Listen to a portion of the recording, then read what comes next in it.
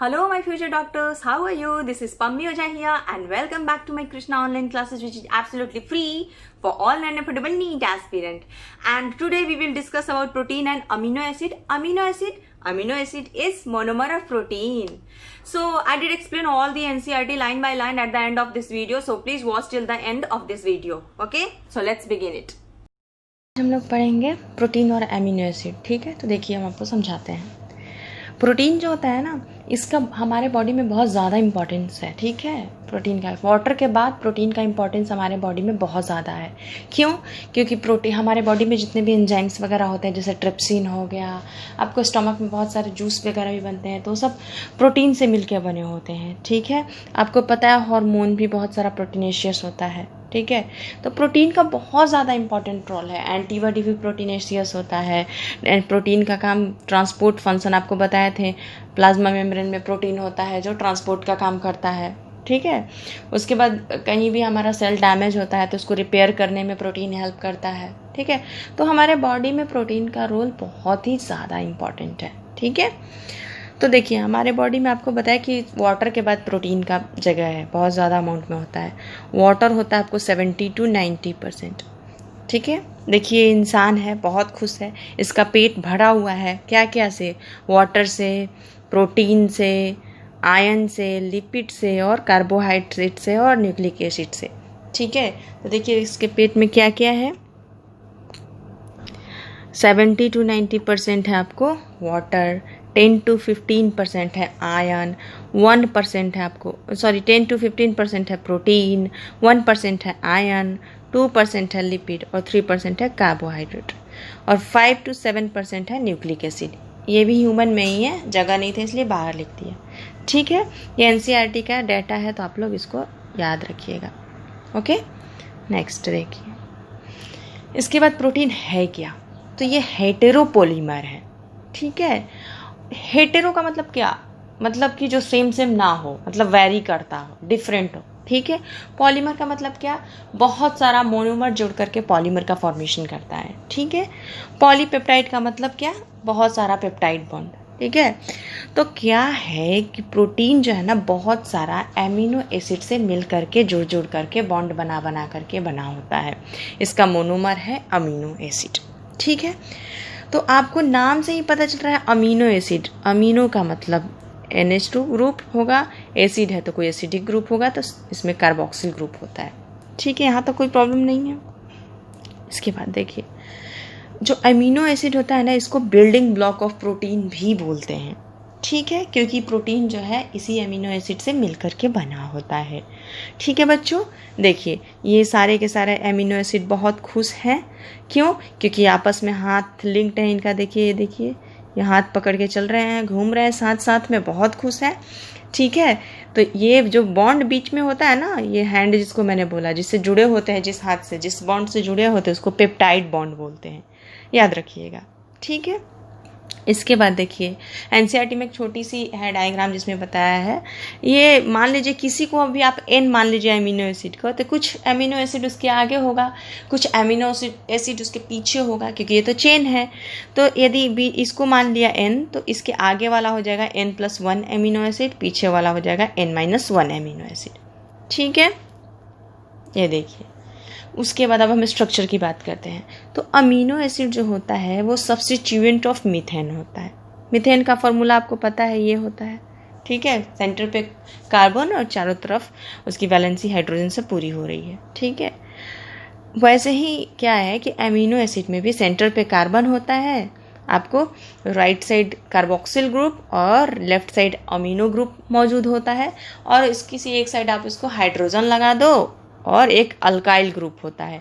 इस alkyl group के जगह पे आप हाइड्रोजन भी रख सकते हो, कोई भी मतलब आप मिथाइल भी रख सकते हो, अल्कोहल भी रख सकते हो, मतलब इसमें आप कोई भी ग्रुप ऐड कर सकते हो। ठीक है, उसके बाद देखिए, तो ये तो रहा। अब देखिए एक बहुत ही अच्छी बात बता रही हूँ आपको कि ये कार्बन जो है ना, देखिए इस कार्बन के चारों ग्रुप 1 2 3 4, ये चारों के चारों ग्रुप डिफरेंट है। ठीक है, डिफरेंट यदि होंगे, ये डिफरेंट हैं ही, तो ये जो कार्बन होगा ना वो कायरल कार्बन होगा। एक एक्सेप्शन है, सिर्फ आपको बताऊंगी कहाँ। तो ये जो कार्बन है ये क्या हो जाएगा? कायरल कार्बन होगा। ठीक है, ओके थोड़ा थिक कर लेती हूँ पेन। ये जो कार्बन है वो कायरल कार्बन होगा, समझ गए। और कायरल कार्बन का मतलब आप लोग क्या समझे, इसका मतलब ये वैसा कंपाउंड है जो कि ऑप्टिकली एक्टिव होगा, ठीक है। Amino acid optically active compound होगा। इसका मतलब क्या, यहाँ से जब एक प्लेन पोलराइज्ड लाइट को क्रॉस कराइएगा इस कंपाउंड से, तो जो पीपीएल है वो रोटेट कर जाएगा, ठीक है। तो इसलिए ये जो है आपको ऑप्टिकली एक्टिव कंपाउंड होता है, क्योंकि इसमें कायरल कार्बन है, ठीक है। इसका एक एक्सेप्शन है आपको ये ग्लाइसिन। ग्लाइसिन का स्ट्रक्चर कुछ ऐसा बनता है, देखिए, एक तरफ अमीनो ग्रुप हाइड्रोजन और नीचे भी हाइड्रोजन, ठीक है। तो इसमें देखिए दो तरफ हाइड्रोजन ग्रुप है, तो ये तो कायरल नहीं हुआ, क्योंकि चारों ग्रुप डिफरेंट होना चाहिए कायरल कार्बन होने के लिए। तो ये जो है कायरल कार्बन नहीं है, ठीक है। तो ये जो है ऑप्टिकली इनएक्टिव होता है, ये होगा आपको, मतलब ये क्या, ऑप्टिकल इनएक्टिव, ये क्या करेगा, आपको पीपीएल यानी प्लेन पोलराइज्ड लाइट को रोटेट नहीं करेगा, ठीक है। और एक बात बता दें कि ये कार्बन होता है ना अमीनो एसिड का, इसको अल्फा कार्बन भी बोलते हैं। इसको अल्फा कार्बन क्यों बोलते हैं, क्योंकि यहाँ पे COOH मतलब कार्बोक्सिल ग्रुप के जस्ट बगल वाला कार्बन है, ठीक है। इसलिए इसको अल्फा एमिनो एसिड भी बोलते हैं हम लोग, समझ गए। अब देखिए NCERT में आपको ये तीनों के तीनों का स्ट्रक्चर बताया हुआ है, आपको ग्लाइसिन का, एलानिन का एंड सेरीन का। तो एलानिन में क्या होगा, ये तो कॉमन है, सब में होगा, कार्बोक्सिल ग्रुप, एक तरफ आपको अमीनो ग्रुप, हाइड्रोजन ग्रुप, और नीचे में R के जगह पे हम रख देंगे मिथाइल ग्रुप। ये हो गया आपको एलानिन, ठीक है। अब देखिए सेरीन, यहाँ पे भी सेम ही स्ट्रक्चर आप लोग बनाओ, फटाफट बनाओ, ठीक है। यहाँ पे हो जाएगा कार्बोक्सिल ग्रुप, यहाँ अमीनो ग्रुप, यहाँ हाइड्रोजन, और यहाँ पे आपको ये क्या कहते हैं, OH ग्रुप लगेगा, ठीक है। तो ये हो गया आपको क्या, अमीनो एसिड, ठीक है।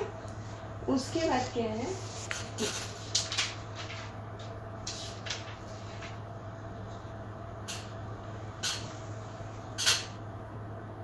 एक मिनट रुकिए, किसी का मैसेज था, सॉरी। हाँ, चलिए नेक्स्ट देखते हैं।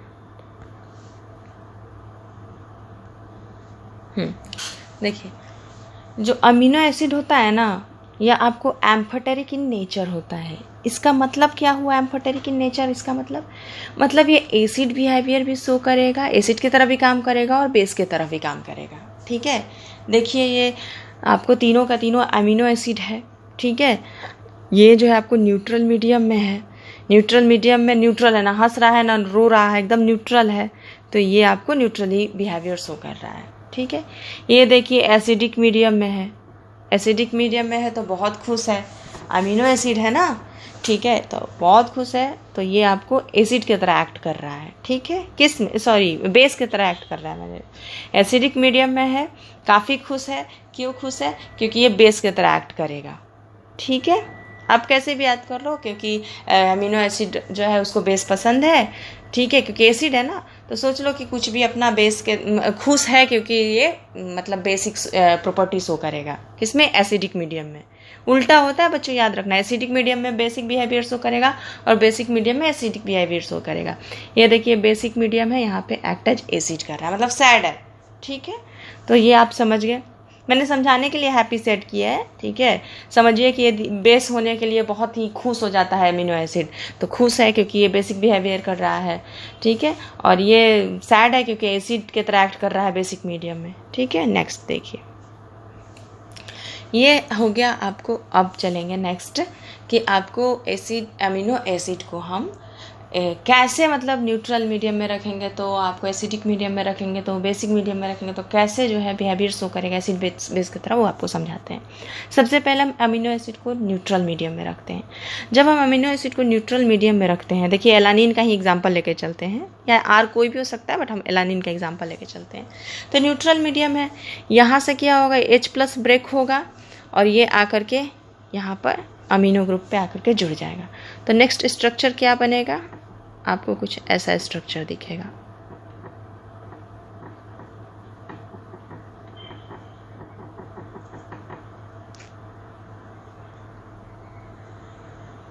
कुछ आपको ऐसा स्ट्रक्चर दिखेगा। ठीक है, तो देखिए यहाँ पे नेट चार्ज कितना हुआ, 0 हो गया, क्योंकि एक पॉजिटिव चार्ज है और एक नेगेटिव चार्ज है।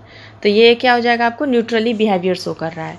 और चूंकि यहाँ पे पॉजिटिव चार्ज और नेगेटिव चार्ज दोनों है, यहाँ पे पॉजिटिव चार्ज और नेगेटिव चार्ज दोनों है, इसलिए इस तरह के आयन्स को हम बोल देंगे ज्यूटर आयन। याद रखिएगा कि जो न्यूट्रल मीडियम है, अमीनो एसिड ज्यूटर आयन का फॉर्मेशन करता है। ठीक है, यहाँ तक समझ गए? कोई प्रॉब्लम होगा तो कमेंट बॉक्स में मैसेज करिएगा, मैं समझा दूंगी। उसके बाद हम एसिडिक मीडियम में रखते हैं अमीनो एसिड को। ठीक है, जब हम एसिडिक मीडियम में अमीनो एसिड को रखते हैं तो आपको तो ये तो पता है कि चारों तरफ एसिडिक मीडियम है तो H+ भरा होगा, यहाँ भी, यहाँ भी, यहाँ भी, यहाँ भी। ठीक है, जब चारों तरफ H+ भरा होगा तो ये जो कार्बोक्सिल ग्रुप है ये अपना H+ को लूज नहीं कर पाएगा। ठीक है, क्यों? इसको कॉमन आयन इफेक्ट बोलते हैं, क्योंकि चारों तरफ हाइड्रोजन आयन ऑलरेडी है तो ये अपना H+ लूज नहीं कर पाएगा। बहुत ही कंजेस्टेड प्लेस है, चारों तरफ भरा पड़ा है तो क्या लूज करे, इसकी कोई वैल्यू नहीं है। ठीक है, तो इसके कारण ये H+ लूज नहीं कर पाएगा, इसको कॉमन आयन इफेक्ट बोलते हैं। तो ये क्या करेगा कि यहाँ मतलब मीडियम से उठा लेगा और गेन कर लेगा हाइड्रोजन प्लस। ठीक है, तो इसका स्ट्रक्चर कुछ ऐसे बनेगा, देखिए।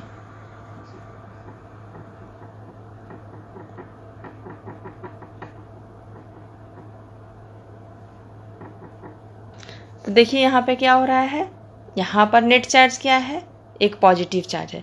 जब नेट चार्ज एक पॉजिटिव है तो ये कैसा एक्ट कर रहा है, ये बेस की तरह एक्ट करेगा। ठीक है, समझ में आ रहा है आपको? देखिए उसके बाद नेक्स्ट, ये देखिए हम इसको अब बेसिक मीडियम में डालेंगे। जब बेसिक मीडियम में डालेंगे तो इसके चारों तरफ क्या होगा, इसके चारों तरफ भरा पड़ा होगा OH-, OH-, OH-, OH-, OH-। ठीक है, ये सब भरा पड़ा है। तो यहाँ पे क्या है ना कि इसकी वैल्यू बढ़ जाएगी कार्बोक्सिल ग्रुप के हाइड्रोजन की। ठीक है, बहुत ज़्यादा, क्योंकि चारों तरफ तो OH ग्रुप है, हाइड्रोजन तो है नहीं। ये अपना हाइड्रोजन जैसे ही ब्रेक करेगा यहाँ पर कोई गेन कर लेगा मीडियम का OH-, ये NH2 गेन ही नहीं कर पाएगा। ठीक है, तो यहाँ का स्ट्रक्चर कुछ ऐसे बनेगा।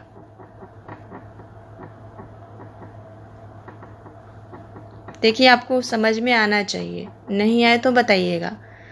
ठीक है, कुछ ऐसा स्ट्रक्चर बनेगा। यहाँ पे नेट चार्ज क्या है, एक नेगेटिव चार्ज है, तो ये क्या एट बेसिक मीडियम में ये एक्ट एज एसिड।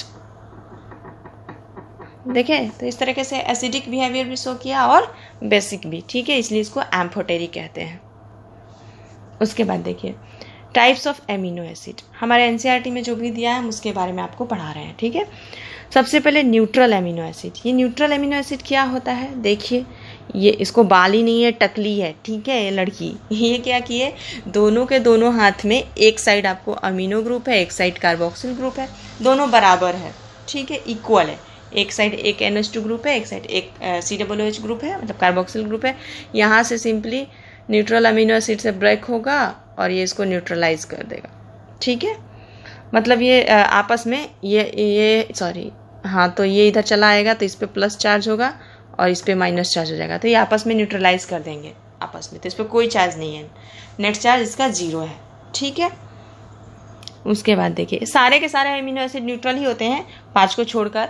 ठीक है, तो आपको हम आगे दिखाते हैं। देखिए दूसरा एसिडिक एमिनो एसिड, इसमें क्या होगा, एसिडिक यानी कार्बोक्सिल ग्रुप ज़्यादा होगा। कार्बोक्सिल ग्रुप तो एसिडिक है, एसिडिक ग्रुप ज़्यादा होगा और अमीनो ग्रुप कम होगा। देखिए यहाँ एक एसिडिक ग्रुप एक अमीनो ग्रुप को न्यूट्रल करेगा तो बच जाएगा एक एसिडिक ग्रुप। देखिए एक अमीनो ग्रुप और एक एसिडिक ग्रुप न्यूट्रल हो जाएगा, कट के न्यूट्रल हो जाएगा, तो ये बचेगा आपको एक सिंगल नेगेटिव चार्ज, जो कि आपको क्या शो करता है कि ये एसिडिक अमीनो एसिड है, जैसे ग्लूटामिक एसिड और एस्पार्टिक एसिड। ठीक है, इसका स्ट्रक्चर मैं आपको बना दी हूँ किसका, ग्लूटामिक एसिड का। देख लीजिए यहाँ पे एक अमीनो ग्रुप, एक आपको ये यहाँ पे एक कार्बोक्सिल ग्रुप, यहाँ आपको दूसरा कार्बोक्सिल ग्रुप और यहाँ पे एक सिंगल अमीनो ग्रुप, तो ये दोनों तो आपस में न्यूट्रल हो जाएंगे, तो ये एक्स्ट्रा बचेगा एसिडिक ग्रुप। ठीक है, तो आप समझ रहे हैं। नेक्स्ट देखिए अल्कलाइन अमीनो एसिड, इसमें क्या होगा कि आपको देखिए इसमें भी दोनों हाथ में उठाई हुई है, लेकिन इस बार क्या है, लेफ्ट साइड में इसका अमीनो ग्रुप ज़्यादा है। देख रहे हैं, 2 अमीनो ग्रुप है, तो एक अमीनो ग्रुप तो कार्बोक्सिलिक ग्रुप को आपको न्यूट्रलाइज कर देगा, तो एक अमीनो ग्रुप आपको इसका बच जाएगा। देखिए ये दोनों आपको न्यूट्रलाइज हो गए, तो ये बच गया, तो एक पॉजिटिव चार्ज बचेगा, तो ये आपको अल्कलाइन अमीनो एसिड हो जाएगा। और जैसे इसका एग्जांपल हिस्टीडीन, आर्जिनिन और लाइसिन, 3 ही होते हैं। ठीक है, तो ये 3 और ये 2 ग्लूटामिक एसिड और एस्पेक्टिक एसिड 5 हो गए। टोटल 20 अमीनो एसिड होते हैं जो कि प्रोटीन बनाते हैं।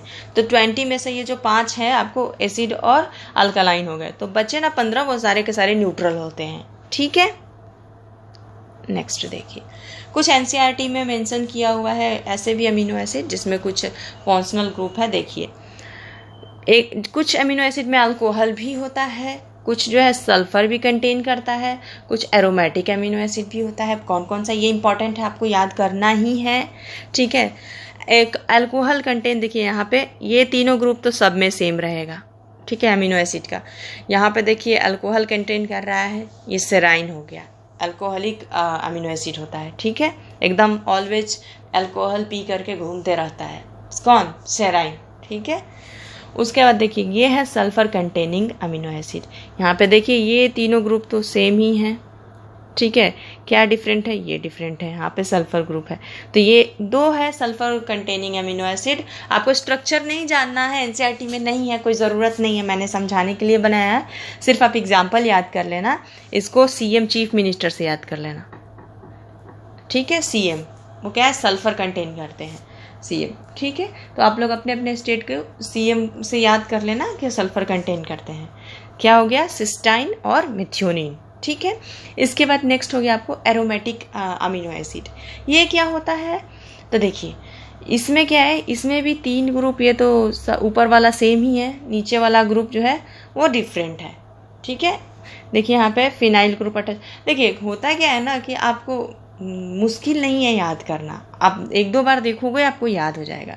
तो ये स्ट्रक्चर हो गया फिनाइल एलानिन का। तो एरोमेटिक अमीनो एसिड में आपको सब में ये इस तरह का कुछ बेंजीन रिंग मतलब मौजूद होगा। ठीक है, इसलिए ये एरोमेटिक अमीनो एसिड कहलाएगा। इसका एग्जांपल है phenyl alanine, tryptophan and tyrosine. ठीक है, इसके बाद देखिए हमारे बॉडी में जो प्रोटीन है बने होते हैं 20 टाइप्स के अमीनो एसिड्स का। ठीक है, इनको प्रोटीनेशियस अमीनो एसिड बोलते हैं। ठीक है, जिसमें से कि आपको इसमें से 10 अमीनो एसिड हमारा बॉडी खुद बना लेता है, बॉडी जो है बना लेता है।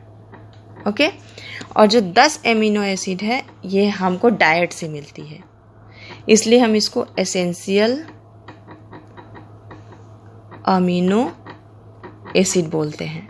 ठीक है, और ये हो गया आपको जो बॉडी खुद ही बना लेता है, इसको बोल देते हैं नॉन एसेंशियल अमीनो एसिड। ठीक है, तो देखिए इसकी भी कोई वैल्यू नहीं, जो हमारा बॉडी बना लिया वो नॉन एसेंशियल अमीनो एसिड हो गया। ठीक है, तो ये आपको हम पढ़ते हैं, एसेंशियल अमीनो एसिड को याद करना बहुत ज़रूरी है, तो आपको याद करा देते हैं। देखिए एक ट्रिक है, I love Lucy very much, please try to help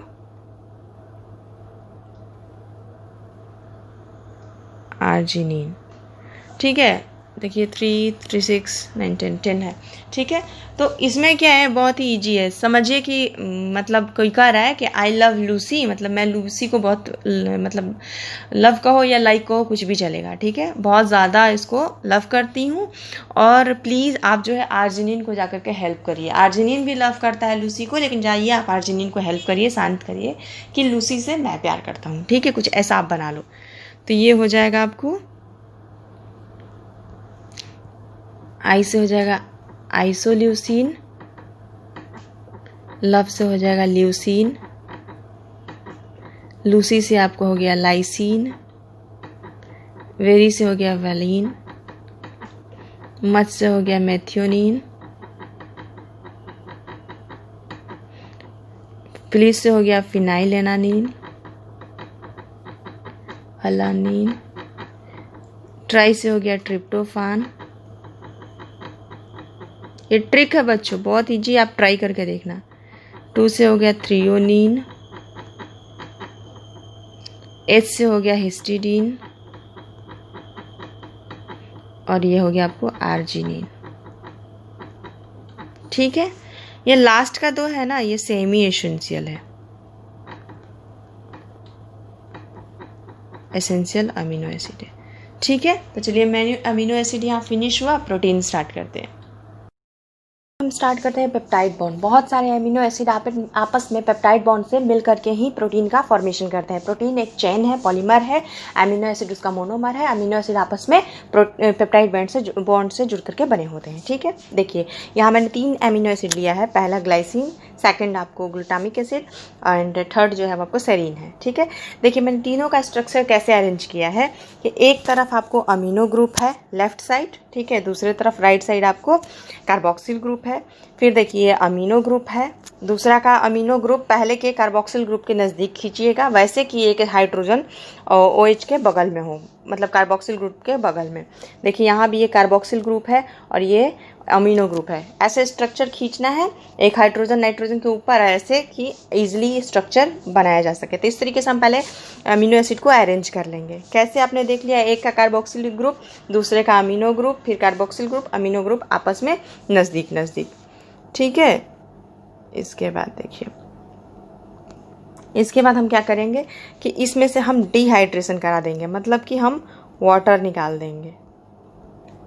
ठीक है, क्या करेंगे, यहाँ से हम वाटर को निकाल देंगे, इसका OH और इसका H, हम वाटर को निकाल देंगे। समझ में आ रहा है आपको, यहाँ से कुछ कोई प्रॉब्लम तो नहीं है? ठीक है, तो इसके बाद क्या होगा, जब हम वाटर इसे निकाल देंगे तो स्ट्रक्चर नेक्स्ट क्या बनेगा, कुछ ऐसा बनेगा।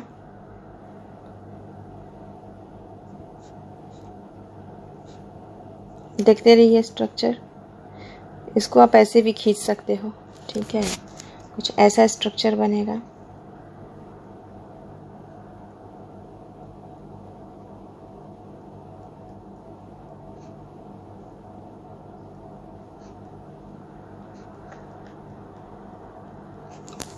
समझ में आ रहा है कुछ?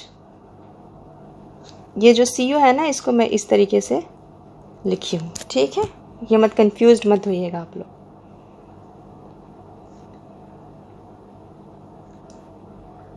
केमिस्ट्री में पढ़ना है। ठीक है, देखिए कुछ इस तरह का स्ट्रक्चर बनेगा। ठीक है, तो इस स्ट्रक्चर में आपको ये जो बॉन्ड हुआ ये, ठीक है, ये इस ग्रुप और इस ग्रुप के बीच में C डबल बॉन्ड और NH के बीच में ये हो गया आपको पेप्टाइड बॉन्ड। समझ में आया? देखिए यहाँ पे पेप्टाइड बॉन्ड एक हो गया, एक यहाँ पे पेप्टाइड बॉन्ड हो गया। तो यही है आपका पेप्टाइड बॉन्ड जो 2 अमीनो एसिड को जोड़ने का काम करता है। और यहाँ पे देखिए NH2 फ्री है, यहाँ पर NH2 अमीनो ग्रुप फ्री है, तो इसको हम बोल देंगे N टर्मिनल। N टर्मिनल, यहाँ पे देखिए कार्बोक्सिल ग्रुप फ्री है, तो इसको हम बोल देंगे C टर्मिनल। यहाँ तक आपको कोई प्रॉब्लम नहीं होगा। यहाँ देखिए C terminal free carboxyl group, यहाँ N terminal free amino group. ठीक है, स्ट्रक्चर में आई होप सो आपको कोई प्रॉब्लम नहीं होगा। आप चाहे तो स्क्रीनशॉट ले लीजिए। नेक्स्ट देखिए, अब हम प्रोटीन का स्ट्रक्चर के बारे में स्टडी करेंगे। ठीक है, प्रोटीन का स्ट्रक्चर जो है ना वो 4 टाइप्स की होती है, उसके फोल्डिंग वगैरह के बेसिस पे। देखिए पहला जो प्राइमरी स्ट्रक्चर होता है, ये क्या है, सिंपली एक लीनियर चेन है जिसमें बहुत सारे अमीनो एसिड आपस में ऐसे जुड़ जुड़ के पेप्टाइड बॉन्ड के हेल्प से आपको प्राइमरी स्ट्रक्चर का फॉर्मेशन करते हैं। और ये मोस्ट अनस्टेबल स्ट्रक्चर है। ओके, ये जो होता है स्टेबल स्ट्रक्चर नहीं होता। ठीक है, और ये कब बनता है, तो जब प्रोटीन का जब फॉर्मेशन होता है ना, न्यूली जो प्रोटीन बनता है, जो राइबोसोम से निकलता है, वो जो होता है आपको प्राइमरी स्ट्रक्चर ही होता है, फोल्डिंग तो बाद में होता है। ठीक है, तो ये आपको प्राइमरी स्ट्रक्चर हुआ। अब देखिए सेकेंडरी स्ट्रक्चर, ये क्या होता है, ये कॉइल्ड होता है, इसमें फोल्डिंग होते हैं। ठीक है, स्पाइरली कॉइल्ड होता है, स्पाइरली होता है। ठीक है, ये देखिए ये जो आपको हेलिकल फॉर्म में है, ये दिख रहा है, ये हेलिकल फॉर्म में है। अब देखिए एक बात आपको बताते हैं, हेलिकल फॉर्म में है तो ये राइट हैंड हेलिसेस है। इसका मतलब क्या हुआ कि जैसे आप स्टेयर पे चढ़ते हो ना, ठीक है। जैसे आप सीढ़ियों पे चढ़ते हो तो आप जैसे दोनों साइड पकड़ने के लिए होता है, या फिर आप जैसे कैसे समझाऊं, जैसे सीढ़ियों पे चढ़ते हो तो राइट साइड का पकड़ करके यदि आप चढ़ रहे हो, जो सिरा है, एज है, सरफेस है, राइट साइड का जो एज पकड़ के आप यदि चढ़ रहे हो तो वही आपको हो गया। मान लीजिए ये सीढ़ी है, ठीक है, और ये राइट साइड का हाथ है, यहाँ से आप ऐसे ऐसे पकड़ के राइट साइड से आप सीढ़ी पे चढ़ रहे हो, वैसे ही याद रखिएगा। ये राइट हैंड हेलिसेस होती है, ठीक है, और ये आपस में हाइड्रोजन बॉन्ड से आपस में जुड़ी होती है, जैसे कि केराटिन प्रोटीन इसका एग्जाम्पल है। दूसरा जो है वो आपको प्लीट के तरह स्ट्रक्चर होता है, इसलिए इसका नाम है बीटा प्लीटेड। इसका नाम होता है अल्फा हेलिसेस, इसका बीटा प्लीटेड स्ट्रक्चर होता है। बीटा प्लीट में क्या होता है कि जिगजैग स्ट्रक्चर है, देखिए जिगजैग आपको दिख रहा है स्ट्रक्चर, ठीक है, और ये आपस में हाइड्रोजन बॉन्ड से स्टेबल होते हैं। जैसे कि एग्जाम्पल इसका सिल्क है, फाइब्रस प्रोटीन है,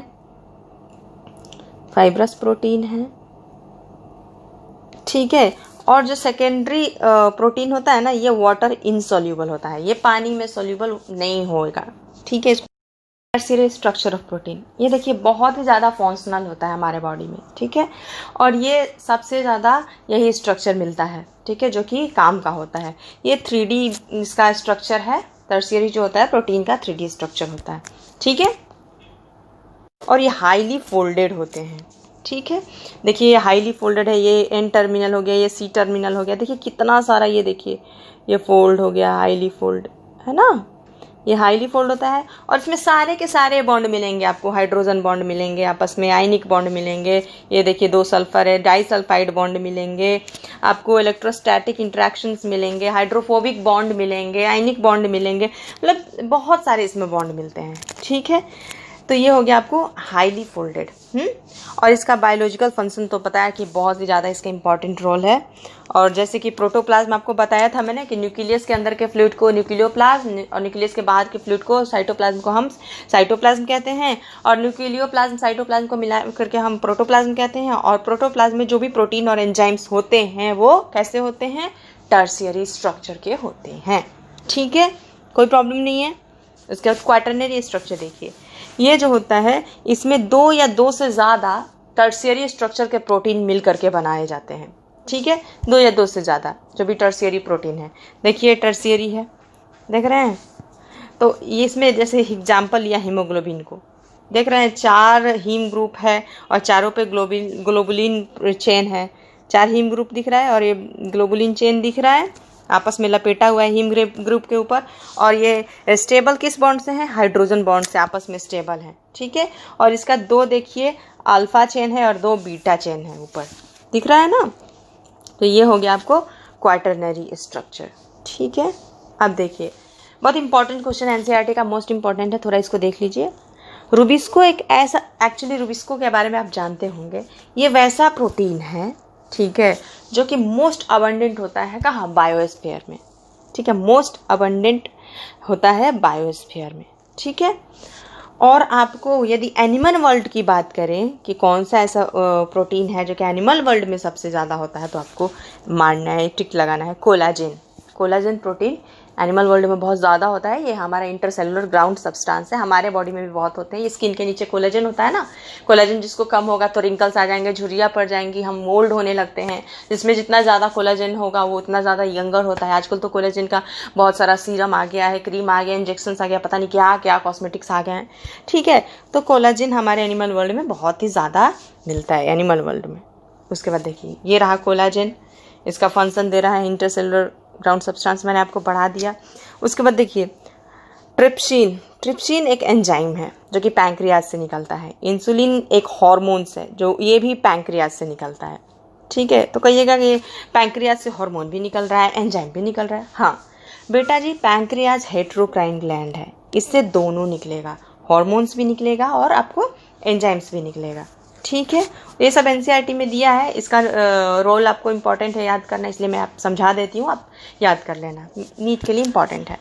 इसके बाद देखिए एंटीबॉडी, ये क्या होता है आपको पता है। पहले तो एंटीबॉडी प्रोटीनेशियस होता है, ये आपको पता है, प्रोटीन का होता है, ठीक है। उसके बाद हमारा बी लिम्फोसाइट पता है आपको, जैसे एंटीबॉडी निकालती है, और ये वाई सेप्ट का एंटीबॉडी होता है। मैं आगे पढ़ाऊँगी आपको, ठीक है, इस चैप्टर में नहीं।